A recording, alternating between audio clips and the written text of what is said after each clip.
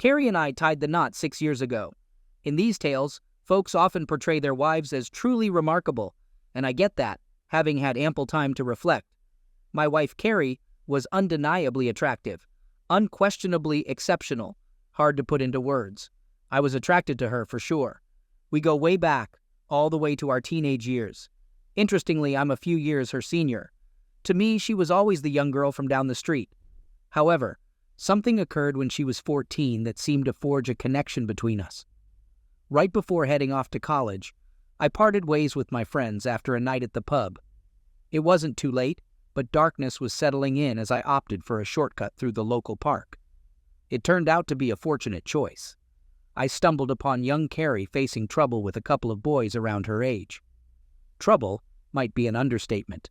It was quite serious. If I hadn't arrived at that precise moment, who knows what could have transpired. According to her, I played the hero, swooping in just in time to rescue her. However, the truth was that when I confronted the two guys, they got scared and quickly left. In any case, I became something special to her. Throughout the rest of the summer, I observed her not exactly trailing me, but certainly making an effort to be wherever I was. Naturally, my friends teased me since at 18, I was deemed too old for her. Yet, even then, I had to acknowledge she was a remarkably attractive young lady with, even at that age, a pair of incredibly well-shaped long legs. After that, I embarked on a 3-year study period and hardly crossed paths with her until I returned after graduating, spending an extended summer there before heading off to my new job. By that time, she was 18, and I was almost 22, a somewhat different situation altogether. This aligned with the fact that she had blossomed into a beautiful young woman, making her ongoing affection for me quite understandable. We entered into a relationship, becoming a couple, strolling hand in hand in the park, and seizing every opportunity for kisses and cuddles.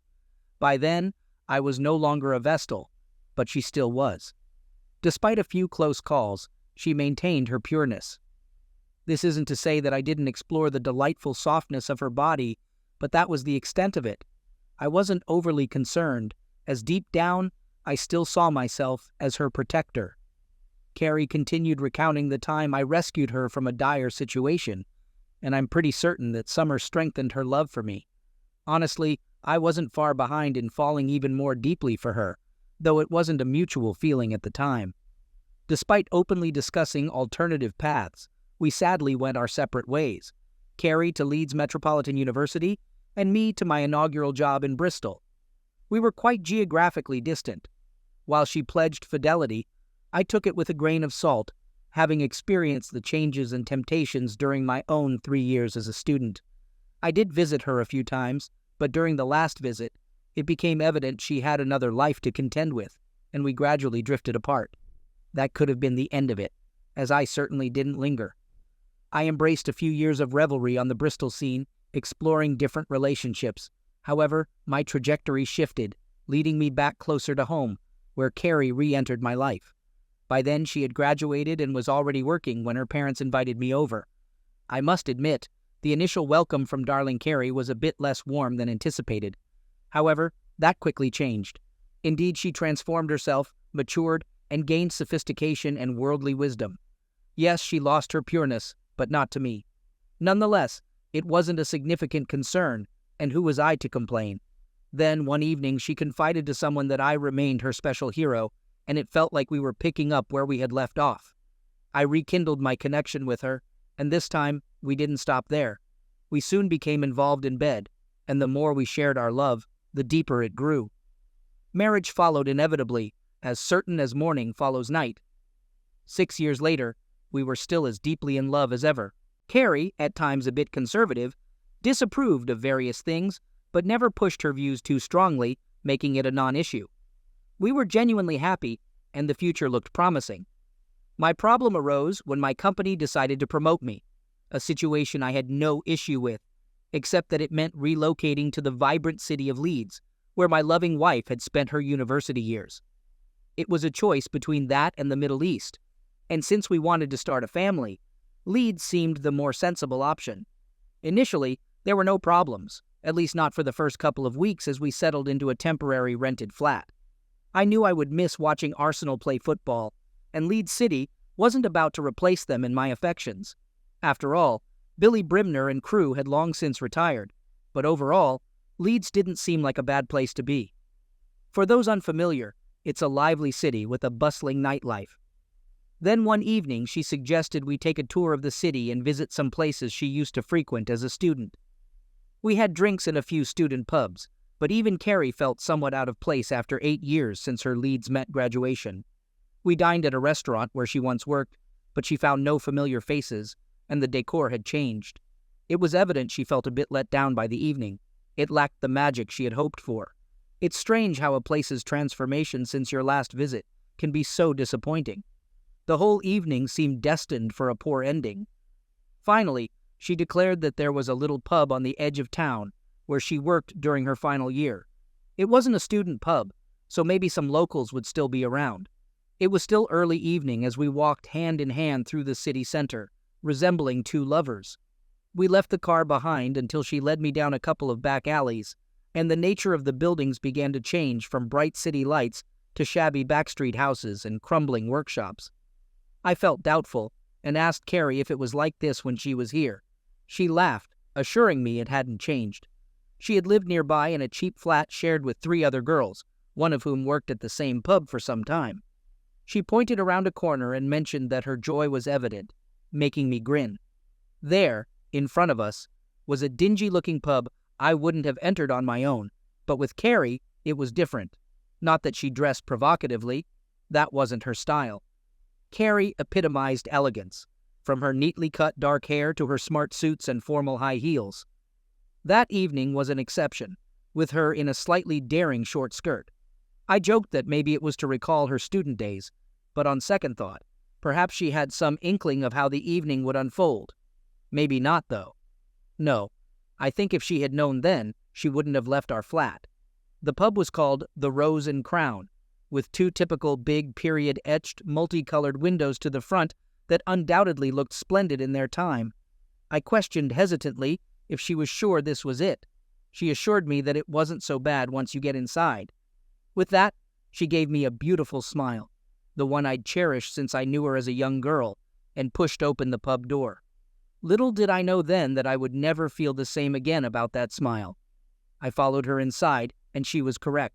The interior was old-fashioned but quite tidy, featuring a long, dark wooden bar and a charming old mirror behind it. Surprisingly, the windows, which appeared grubby from outside, looked fine from within as the street lamp lights shone through them, casting a warm glow on the bar. Carrie stood there, finely enchanted, recognition evident on her face. She remarked that it hadn't changed a bit. I added that I shouldn't think it had changed much in 50 years, eliciting a giggle from her as she lovingly looked up at me. She pointed and exclaimed about something at the other end of the bar, releasing my hand and sliding across the wooden floor.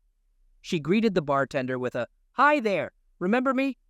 The bartender turned around to look at her, appraising the pretty young woman in front of him. A smile broke across his face as he recognized her and exclaimed, "Carrie, is that really you, Carrie?" Carrie nodded in confirmation, grinning up at the tall, lanky bartender, whose name I never did discover. I couldn't help but grin myself, realizing that Carrie had finally found someone who remembered her, and the evening wasn't going to be a total waste after all. He expressed joy and rushed from behind the bar, embracing Carrie tightly and planting a full-on kiss on her lips. The embrace and kiss didn't last long enough for me to feel jealous or anything, but the first uneasy feeling crept coldly through my gut, wiping the grin from my face. They chatted animatedly about things unfamiliar to me, and I waited for an introduction. As they discussed people Carrie had known back then, I still waited in vain to be introduced when another man entered the pub. The bartender called out to him, urging him to see who had turned up. He walked right by me, exclaiming, "Carrie!" as soon as he spotted her again. I had to endure my wife being embraced and kissed by a man I'd never seen before. Once again, I waited in vain to be introduced. The second man informed her that Carl would be there any moment, and to my surprise, she blushed. He noted her reaction, saying he thought that would get to her. Carrie responded, "Really, Carl still comes." The man assured her that Carl would really be there soon. I wondered who Carl was. Carrie had never mentioned a Carl before, which was perfectly reasonable, but I didn't like where the evening was headed, and I didn't appreciate being ignored. I remained standing there on my own, feeling like a bystander. I cleared my throat in an attempt to catch her attention, and when that failed, I coughed loudly. The bartender glanced at me, but Carrie continued to ignore me, engrossed in conversation with the other man. The bartender apologized, saying he would be with me in a minute.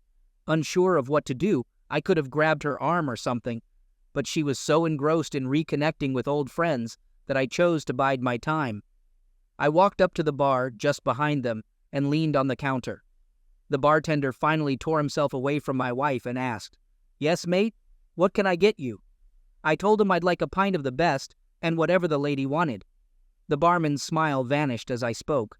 He snapped at me, seemingly oblivious to the fact that I was her husband or that she was even with me, saying he didn't think this young lady accepts drinks from just anyone. I retorted, my temper starting to rise, that I believed she would have a drink with me. The barman began to say, "Now look here, buddy, you can't come in here." However, that's as far as he got, as Carrie finally turned around, the raised voices finally catching her attention, and she intervened. She casually informed the other two that it was okay, and he was with her, hardly bothering to glance over at me.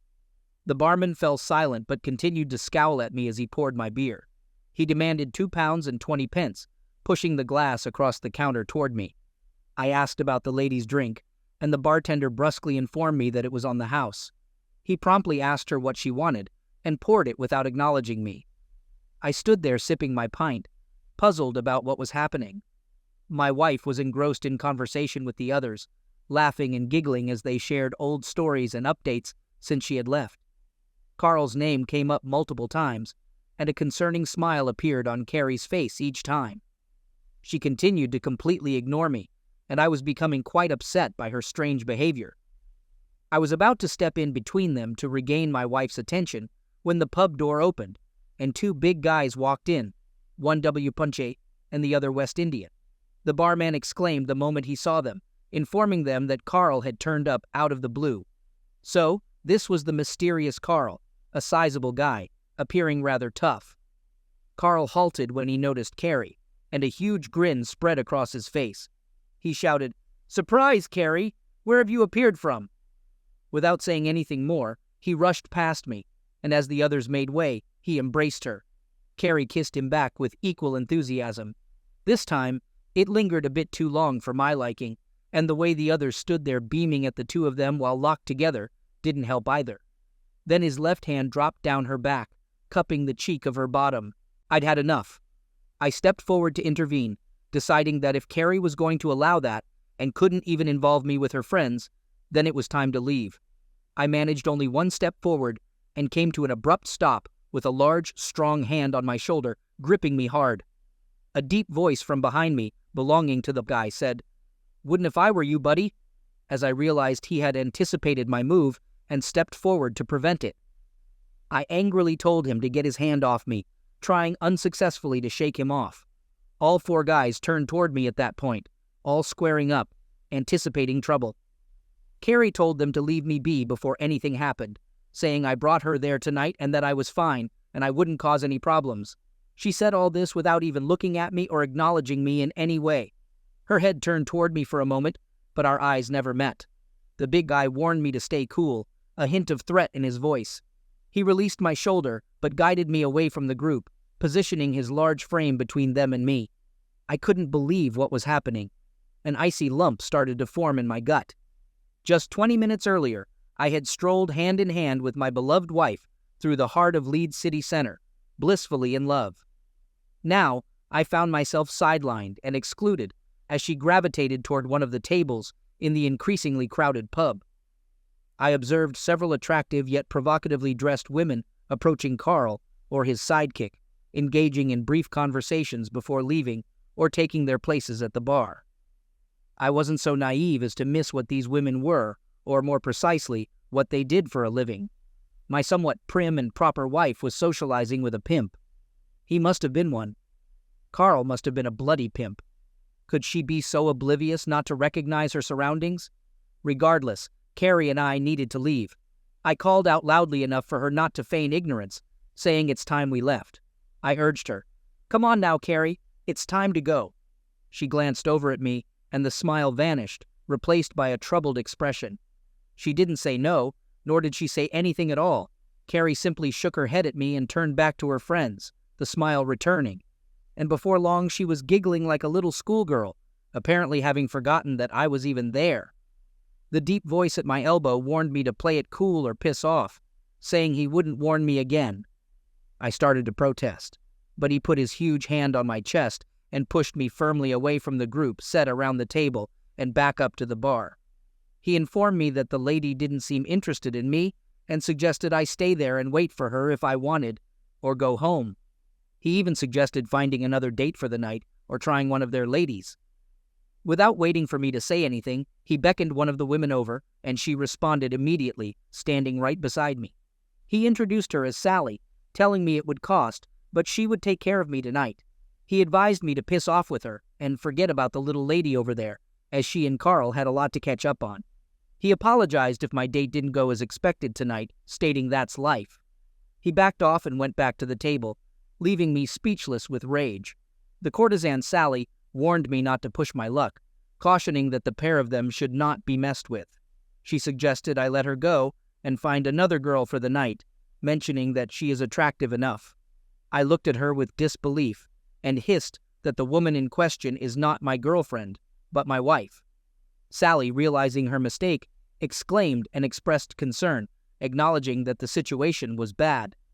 Desiring to return to the table, I found Sally blocking my way. She advised me to hold on, stating that I really wouldn't want to do that. Frustrated, I demanded to know what I should do. Sally offered to talk to my wife for me, asking if she was genuinely my wife. The look on my face alone convinced her. Holding up the palm of her hand to ensure I didn't follow her, she slowly threaded her way through to the table where Carrie and the others were sitting. I observed as she bent down and whispered something in Carrie's ear. Carrie looked up in my direction for the first time since she'd entered the pub, her eyes meeting mine. There was almost a look of surprise as she looked over at me, as if she had genuinely just remembered my presence. She looked sheepishly away, and then whispered something back to Sally. Sally conveyed to me that Carrie mentioned she would come over and see me shortly upon returning. I responded by expressing my impatience, stating that I wanted her to be here now, not in a minute. Sally cautioned me, saying, "Don't push your luck, mister," before walking away to approach another customer further down the bar. I stood there enraged, unable to divert my gaze from Carrie, noticing Carl's arm sliding across her shoulders, his fingers casually brushing against one of her chest balloons.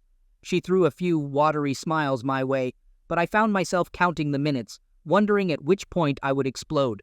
After 5 minutes, she stood up and excused herself, not coming straight over to me. Instead, Carrie made her way to the toilets and disappeared through the door. I didn't know if she wanted me to follow or not, unsure of what to do. Before I could decide, she came out again, and glancing over toward Carl's group, approached me. I angrily demanded what she was playing at, insisting that we needed to leave immediately. When I reached for her arm, she pushed me away and backed off, instructing me not to cause a scene. She conveyed that I could go if I wanted, but she intended to stay there for a while. Carrie firmly informed me that she was staying to chat with her old friends. She suggested I could go and come back later for her, or stay there and wait. I looked at her in disbelief, finding it hard to comprehend that the woman who had professed her love for me earlier that day was now telling me to leave. When I failed to respond, she continued, saying, "Better if you just go home, Terry. I'll get a taxi back later. We'll talk about this then." I cried out, expressing that I wasn't leaving her there. She responded resignedly, stating, "Just stay and watch then, Terry, if you must. You might not like what you see, but for your own sake, don't interfere." Despite my attempts to persuade her to leave with me, she resisted, suggesting it would be better if I left now. She assured me, "I'll see you later. Don't worry, sweetheart. Everything will be okay afterwards. I love you and will make it up to you, I promise." She said to just give her this one evening, assuring that everything would be like before, and attempted to move away. I seized her arm, astounded at her outrageous behavior. Before I knew it, I was flung back against the bar as the big guy knocked my arm away from my wife and me. I took a swing at him, but it seemed futile. He shoved me further along the bar and then pushed me to the ground, reminding me that he had warned me. A nasty grin adorned his face. He picked me up as if I were a featherweight and propelled me toward the door. Ted cried out not to hurt me, insisting that I hadn't done any real damage. I don't really know if her pleas had any effect on the outcome, but at least she tried. The next thing I knew, I was outside and doubling up as he punched me in the stomach and then reeling backward as he punched me in the chest. It felt as if I'd been punched by a train, and I fell flat on my back and waited for the smacking to continue. It didn't come. I lay there for a good while, wondering how the hell I had gotten there. I had a pain in my chest from where he had punched me and was fighting for my breath due to the blow to my middle. 2 punches, just 2 casual punches, and I had been reduced to a wreck, aching all over and still unable to stand up. Another 10 minutes passed, and I managed to pull myself up to my feet, shaking off the dust and grime from my clothes. How could an evening that had started so wonderfully have descended so far? It was the same thing. I just didn't know what the hell to do. I'm no softy, but how could I stand up to a great Hulk like that? He'd homicide me. I'd never felt so damn humiliated and hopeless in my entire life. Some bloody special hero I was. It wasn't as if I even knew anyone in Leeds. I didn't have a friend to call for help. I stood there and watched the slow stream of clients going in and out of the pub. More than a few guys went in and came out later with one of the women on their arm. The pub was a brothel. My wife of 6 years, who only that morning I had discussed having children with, was in a brothel. She'd taken me there and must have known. I fought back the tears and knew what I had to do. I couldn't walk away and leave her there like that. I didn't know what I was going to do with her, but I couldn't walk off and abandon her. If she didn't come home with me this time, then potentially our wonderful, perfect marriage was over. I guess more than an hour had passed before I managed to get myself ready to go back inside the pub. I didn't know what to expect. I certainly never expected what confronted me. I guess you might describe it as an impromptu striptease act. It was my wife and another girl. My wife had the last shred of clothes on her, and that was about to go off. A large group of guys surrounded the pair of them, grinning and laughing as Carrie's last clothes came off. I couldn't stand it. I charged forward, pushing my way through the other men, and grabbed at Carrie. She looked around at me, a startled look on her face. All she managed to express was her distress, saying, "Oh no, Terry! Oh, for Christ's sake, no!" I fared no better than the last time, and the lights started to go out for me as someone smashed me hard in the face. The last thing I remember seeing was Carl, clutching my wife in his arms. I think she had a look of horror on her face as she watched me being dragged out of the pub. They weren't so easy on me the second time, and it was several hours later that I fully came to in the middle of a car park some distance from the pub. I heard all over, but I guess they were experts, and though I was in pain, nothing seemed to be broken. It took me an hour to find my way back to our car, and another before I managed to start it and drive back to our new rented flat. I fell asleep on the sofa, not knowing and by then beyond caring at what time Carrie would be home. The following morning I woke up feeling worse than end of life. I had a very long, very hot shower, and at last my body started to feel like it belonged to me again. I got slowly dressed, trying not to think of the previous evening, but I just couldn't stop.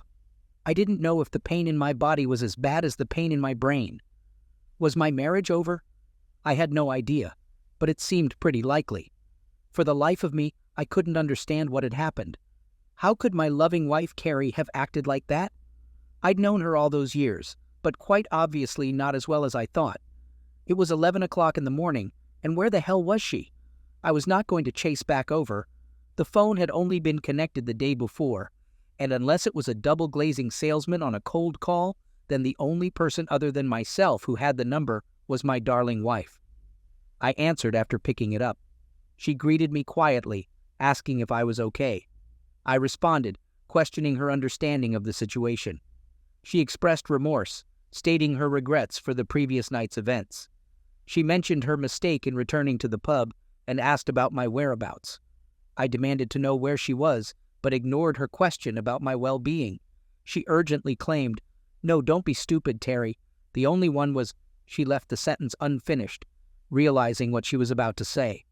Neither of us said anything for several minutes, though I could hear her sobbing on the other end of the line. She pleaded for understanding, expressing her desire for me to comprehend her actions. She asked to come home and wanted things to return to how they were. She promised to explain everything if given a chance. Desperately, I wanted to tell her to leave, but this had to be sorted out one way or the other. I stated that she should make her own way home or get one of her boyfriends to drive her back. "Oh, thank you, Terry," she whimpered. "I'll be back in half an hour at the most. It will all be okay, you'll see. Everything will be okay." I slammed the phone down before she had time to say anything else. Damn it, bugger it. I loved her, but I hated her. What the hell was I going to say to her when she got back? Was I going to tell her to pack her bags, or would I take her in my arms?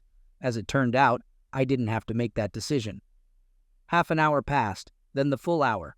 The afternoon turned into evening, and still no sign of my errant wife. By 8 p.m., it was obvious she wasn't actually going to come home. Not that night anyway. And for me, that meant possibly not any night in the future. As each hour had passed, I had gotten angrier and angrier, not shouting and screaming angry, but with cold, calculating fury that consumed me. I put a few things in the car and drove very carefully back to the city center, hoping that I could find the pub again that Carrie had taken me to the night before. After several mistakes, I eventually recognized a large factory, and just down the road, the Rose and Crown pub. Parking the car just around the corner, I got out and walked towards the bar, outwardly confident, but my heart pounding away inside. I had to admit, I was nervous, even physically frightened after what they'd done to me the previous night. I hesitated by the front door, not knowing what to expect. I didn't even know for sure if Carrie was still in there. I pushed the door open and went in. The atmosphere resembled the previous night, populated by rough-looking characters and even rougher-looking women. I recognized several faces, and a couple of them appeared surprised to see me. If they weren't certain it was me from the night before, the black eye and bruises on my face would have given it away. The barman, upon spotting me, inquired, "Haven't you had enough, mate?" I demanded to know the whereabouts of my wife, expressing my frustration. At least he had the decency to appear surprised. He questioned the idea that Carrie was my wife, screwing his face up in confusion. I nodded to confirm. He reacted with disbelief, exclaiming, "Bloody hell, she told us you were just a date." The barman, recalling the events of the previous night, and perhaps more that occurred after I was thrown out, looked at me with sympathy. He sensed trouble, though he couldn't predict the nature of it. He just knew there was going to be an issue. He sloped his head to one side, indicating the far corner. When I looked over, there she was. Carrie sat on Carl's knee. Neither of them had noticed me enter, and I crossed over to them before they realized I was there. Carrie gasped in surprise and tried unsuccessfully to pull her blouse back over to cover her body. She needn't have bothered, as we'd all seen them before. Carl simply grinned at me. That sort of grin when you know you've got the better of someone. I remarked to Carrie about the seemingly extended half hour, inquiring if something had caused a delay. Initially, she responded with silence, her expression reflecting shock. Carl scornfully retorted, instructing me to leave and claiming he would send her home when he deemed fit. Carrie, finally finding her voice, whispered assurances to me, pleading, "Please, Terry, I'll definitely be back home later, I promise you." Carl laughed, kissed her, and taunted me more than her. He asserted control, declaring, "You'll go when I say you can," while keeping a watchful eye on me to gauge my reaction. I addressed Carrie, disregarding Carl's sneers. I conveyed to her that it was her last chance, emphasizing that the decision needed to be made at that moment. I had contemplated the situation extensively, and believed that even then, if she had chosen to come with me, prioritizing me over him, I would have attempted to work through the issues. Perhaps we could overcome what had happened. At that point, I wasn't entirely sure, but there was a possibility. She looked at me pitifully, indecision written all over her face. Her eyes, her lovely brown eyes said it all. She knew how much she had hurt me, but instead of doing what she knew she should, she was calculating how much more she could get away with. How much further could she push me, and still have me come back for more? Carrie eventually whispered, urging me to be reasonable. In that moment, I realized she had failed me once again, and it was the end for us. She continued, expressing how much she desired to see her old friends again and relive her old student days one last time. She asked me to hang on a little longer while she had her last gentle little fling, promising that everything would return to normal. She insisted that she genuinely loved me and assured me that she would make it up to me. She stared at me imploringly, her eyes begging me to agree, but I said nothing in reply. Carrie went to say something else to me, but Carl had had enough as well. He kissed her hard and threw out even harder, and her words were transformed into nothing. That was it. I had all the information I needed. My wife was coming back home after all, but I'd have to wait until tomorrow or maybe the day after, or the day after that. Fine. That was great, wasn't it? I noticed that the West Indian guy was edging over towards me, so I held up my hands and backed off. No point in getting involved in a one-sided fight with him again. The whole bar had fallen silent, waiting to see what was going to happen, but as far as I was concerned, nothing was going to happen, at least not straight away. "See you all later then," I said quietly. "I'm not still 14, Terry," Carrie burst out. "I can look after myself now." Even her face fell when she saw how that punched me, her one special thing over all those years, and she was throwing it back in my face. "I'm sorry, Terry," she started. "I really didn't mean that But I ignored her, taking no notice of her incoherent apology. As I backed out through the door, Carl laughed out loud again and slid her blouse right off her, reaching up under her skirt even as I watched to rub my face in my misery. It could have been that caused the tears to roll down her cheeks, but somehow I doubted it. I guess she still loved me in her way, and to see me humiliated like that again could have just been too much. That's what I like to think anyway. As I closed the door behind me, the silence in the pub crashed as everyone started to talk and laugh at the same time. I guess they thought they'd seen the last of me. Strolling slowly back to my car, I opened the boot and took out the stuff that I'd put there before I left the house. Anybody watching me would have thought I was cool and relaxed, whereas actually I was fuming inside, terrified of what I had decided to do, not knowing how it was going to turn out. I had a license for my over and under 12-bore Browning rifle. I'd been going to clay pigeon shooting for a couple of years by then, and though I wasn't very good at it, I figured I didn't have to be for what I had planned. I selected a handful of cartridges, making sure they were all small caliber, as I didn't want to end up in prison on a homicide charge. I broke the weapon and pushed 2 rounds in, putting the rest in my jacket pocket. A few moments later, and I was back outside the pub, staring at the 2 big engraved windows. This will wake them up, I thought, my heart thundering away inside my jacket. This wasn't me. It just wasn't me. But what else was I to do?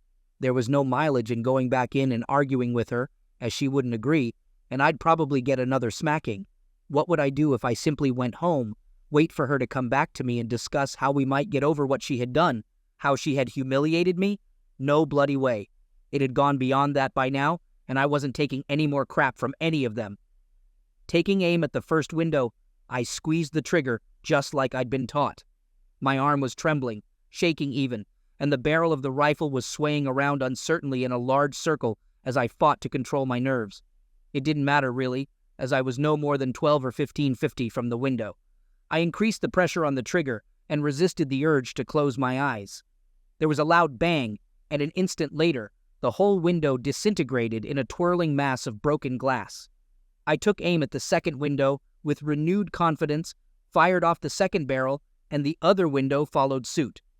The report from the weapon echoed round the surrounding buildings, far louder than it had ever before sounded when I had shot previously out in an open field and mingled with the tinkling of fallen glass. I calmly dug 2 more cartridges from my pocket and loaded them into the weapon. Then I waited to see what would happen. I really had no idea how they would respond, and almost hoped that they wouldn't. But I was ready and prepared to show them that they'd made a big mistake if they thought I was a wimp and would take what they had done to me lying down. The doors flew open, and several guys poured out. They stopped dead when they saw me, stood there with the weapon. Nobody moved.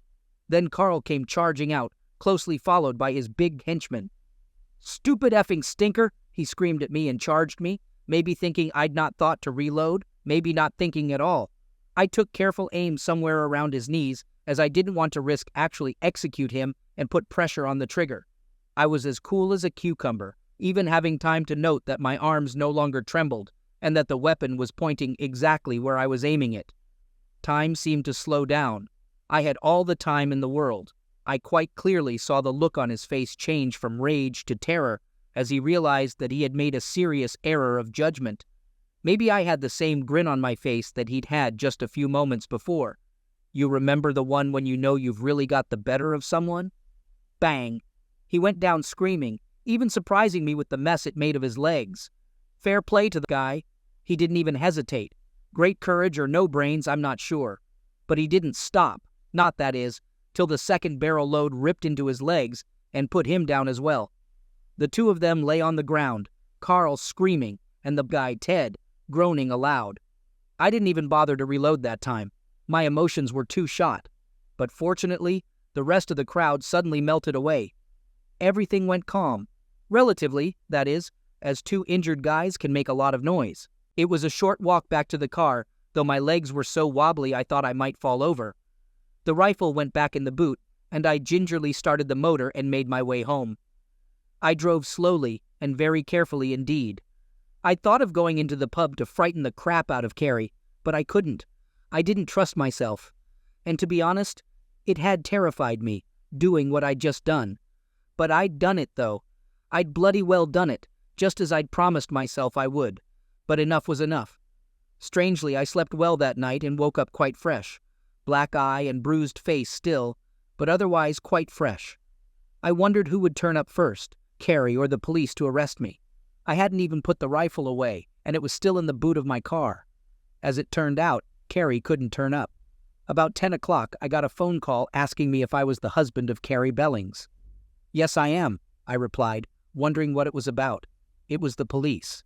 That morning, I had anticipated a visit from them, perhaps for my arrest. However, the call I received was about Carrie. They informed me that she was under arrest at the station and asked me to come and collect her. My genuine surprise prompted me to question the reason for her arrest. The reply was unsettling. She had been taken in for prostitution, along with a group of other working girls after a shooting on the edge of town. In response, I expressed a realization, understanding the reasons behind her recent behavior and late-night returns. The police officer acknowledged my understanding somberly, expressing regret for the way I had found out, noting that such situations were not uncommon. Unfortunately, my comments seemed to contribute to her unfortunate fate.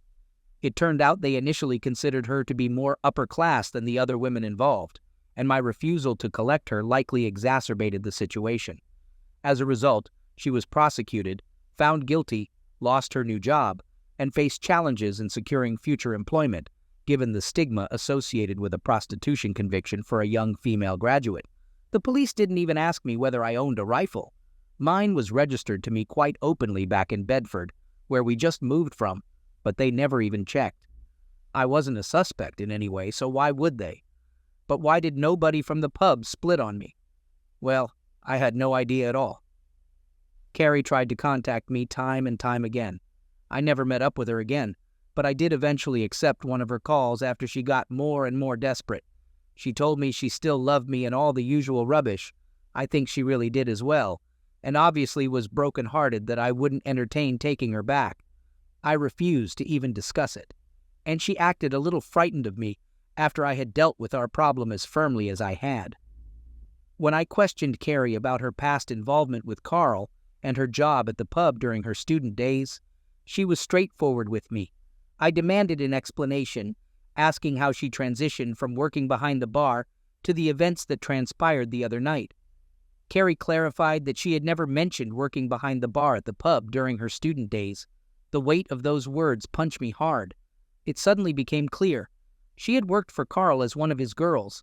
The realization explained the hold he had over her. I had unknowingly married an ex-courtesan, and it took going back to that place to uncover the truth. Whether that revelation was a good or bad thing, it's hard to determine. That's a judgment others will have to make for themselves. It was her that warned me that Carl would come looking for me to sort me out himself once he was back on his feet. That is, maybe that's why nobody from the pub told the police about me, as people like that sort their own problems out. He'd never find me.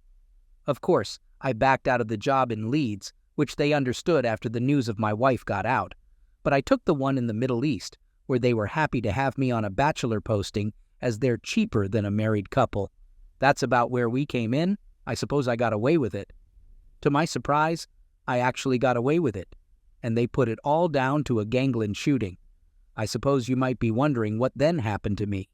Okay, well, that's natural. As you might imagine, I gave up clay pigeon shooting and sold my rifle, and then took up golf instead. Got quite good at it as well, and eventually got my handicap down to 6. I went out with quite a few different women, but only discovered just how good my wife Carrie had really been in bed. Well, she would have been, wouldn't she, as she had worked at it, as it were, in both senses of the word. Then I met up with Angie, a lovely American woman who I met in Dubai. Life was fine after that, really fine. I never inquired too deeply quite where she'd gained her experience, but I really think she was just a gifted amateur. I hoped so. Anyway, we have never married. She didn't want to. And strictly speaking, I was still married. And I still haven't bothered to get divorced. I came back to the UK occasionally, but always steered clear of Leeds till at last I couldn't resist it. One Thursday in June found me slowly driving past the Rose and Crown, hoping that nobody would recognize me after all that time. The fine decorated windows had been replaced by some modern double-glazed units. Pity, really. I'd rather like them. I sat there in my car for a while, and at last, to my surprise, a guy in a wheelchair turned up. He was a big chap and tough-looking, but fatter than I'd remembered. Carl. But of course, I'd only seen him a few short times, and that had been 4 or 5 years previously. What clinched it was the big man pushing him, the one with the really bad limp. That could only have been Ted. Then several women poured out of the pub to see Carl, report to him. Maybe that being easier, no doubt, than getting him up the 3 steep steps into the bar. They all looked rough, just like the last time I'd been there. Except one of them, that is. One of them looked that little bit different. Pretty, slender, beautiful, long legs. Well, yes, it could have been her, though she looked much, much older. She still kept her hair short, and was still quite smartly dressed. Her eyes had a worn-out look about them, though, and the smile that I had once loved was nowhere to be seen. She didn't look very happy at all, but I didn't hang around to make sure she was, as she'd said, not 14 anymore, and could look after herself. Strange how things turn out, isn't it? If only that bloody restaurant hadn't redecorated their dining room, then maybe she would be at home right now with our children, the ones we'd never now have. I wouldn't have been any the wiser, and maybe we would have lived happily ever after.